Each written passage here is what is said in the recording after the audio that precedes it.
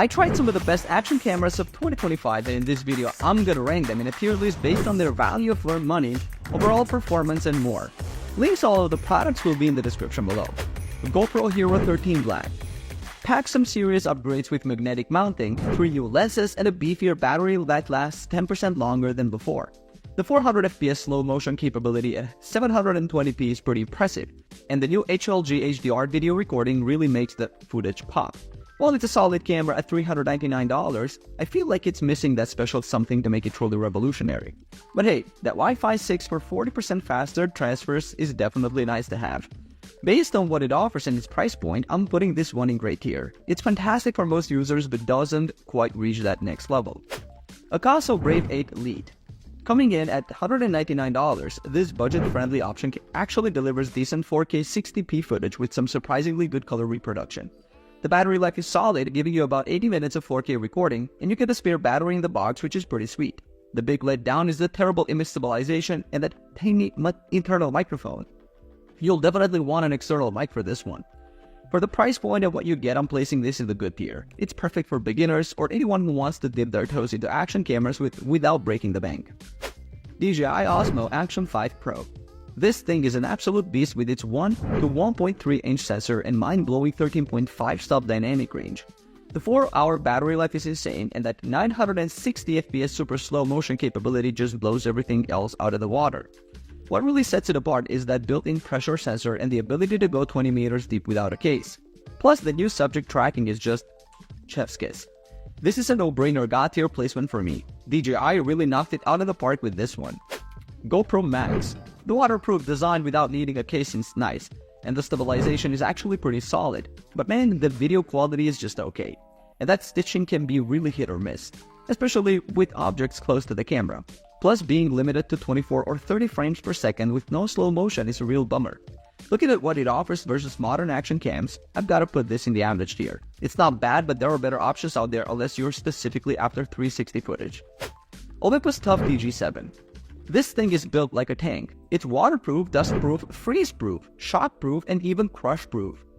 Perfect for extreme adventures or just clumsy people like me. The macro capabilities are insane, and it's super easy to use with lots of automatic features. But let's be real, the image quality isn't mind-blowing with that small sensor. I'm putting this in the good tier because it's reliable and versatile, but not groundbreaking. Yi 4K Plus. Okay, this camera is a bit of an underdog. It shoots 4K at 60 FPS, which is pretty sweet, and the image quality is solid. The touchscreen is nice and it works with GoPro accessories, which is handy.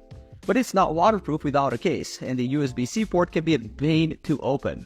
It's a decent budget option, but it's not quite up there with the big boys. I'm sticking this in the average tier. It's good but not great. Insta360 X4. And now we're talking. This bad boy shoots 8K 360-degree video, which is insane. The invisible selfie stick feature is like magic, giving you drone-like shots. Battery life is impressive, and the rugged design means it can handle whatever you throw at it. The app is super intuitive for editing too. It's not perfect for single lens recording, but for 360 stuff, it's hard to beat. I'm definitely putting this in the great tier. It's a game changer for immersive content. Insta360 Ace Pro. This little powerhouse is giving GoPro a run for its money. The flip-up screen is perfect for vlogging, and that Leica lens paired with a large sensor delivers some seriously good image quality. Low-light performance is impressive, and the AI features like gesture control are actually useful. The Star-Lapse capabilities are out of this world. It's not quite as versatile as some others, but for what it does it really well.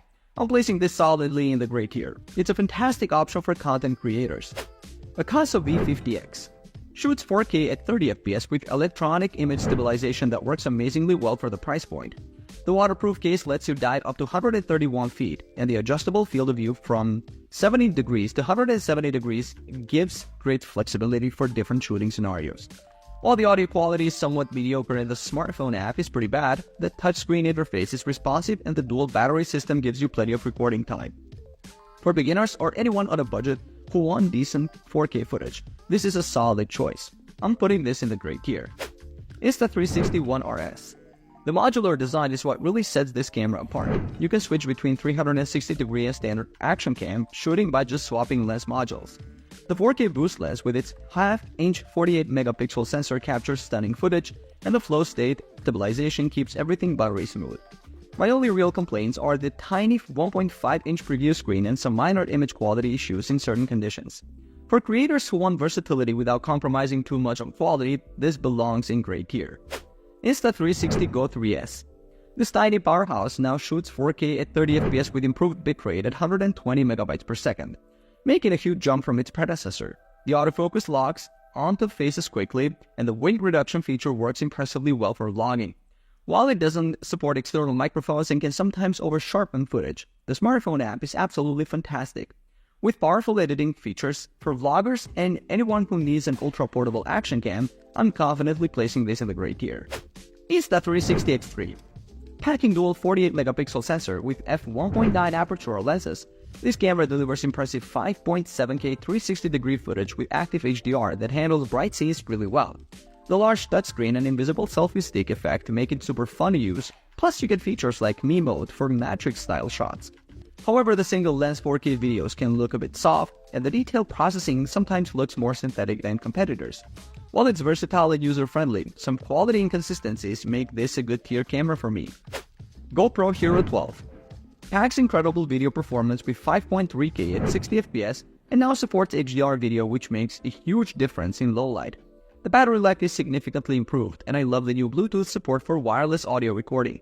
While it's still prone to getting hot during long sessions and pushes cloud storage a bit too aggressively, the improved stabilization and built-in tripod mount make it a fantastic choice for content creators and action sports enthusiasts alike. This is definitely going in a great tier for me. It's not revolutionary compared to the Hero 11, but those quality of life improvements really make it shine. Akaso Ray 4 Elite offers 4K recording, but honestly, the footage can be quite distorted and oversaturated at times. The microphone quality is decent, but the video quality is grainy and doesn't really match up to what you'd expect from a modern action camera.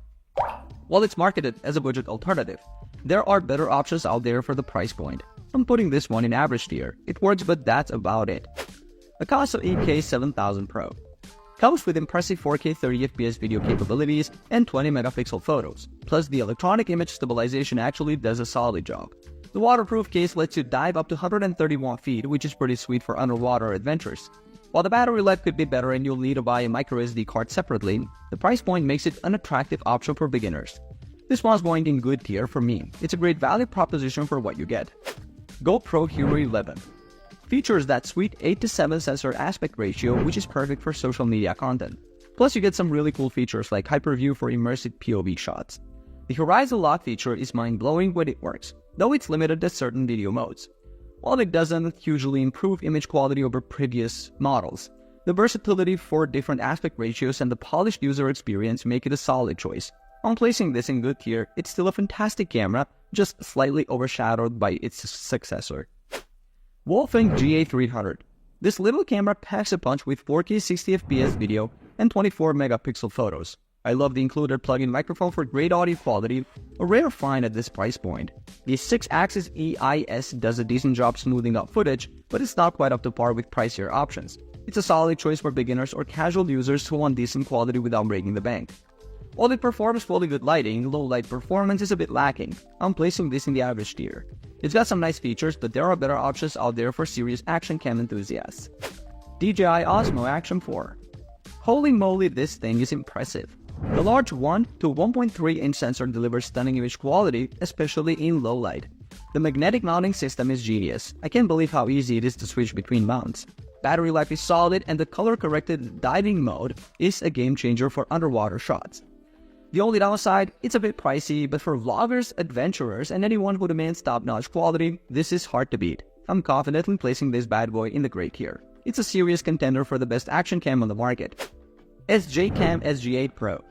This camera's got some decent specs on paper: 4K 60fps, 12-megapixel photos, and a nice touchscreen interface. The image stabilization works reasonably well, and I appreciate the inclusion of raw photo capture. However, the overall image quality doesn't quite match up to the top-tier options, especially in low light. It's a good budget-friendly alternative for casual users, but serious action cam enthusiasts might want to look elsewhere. After weighing the pros and cons, I'm putting this one in the average tier. It's not bad, but it's not going to blow your socks off either. Alright guys, thanks for watching. I hope this video helped you pick the action cameras for you. If you have any questions, drop a comment below. Links to all of these products mentioned in this video will be in the description. Alright, peace out.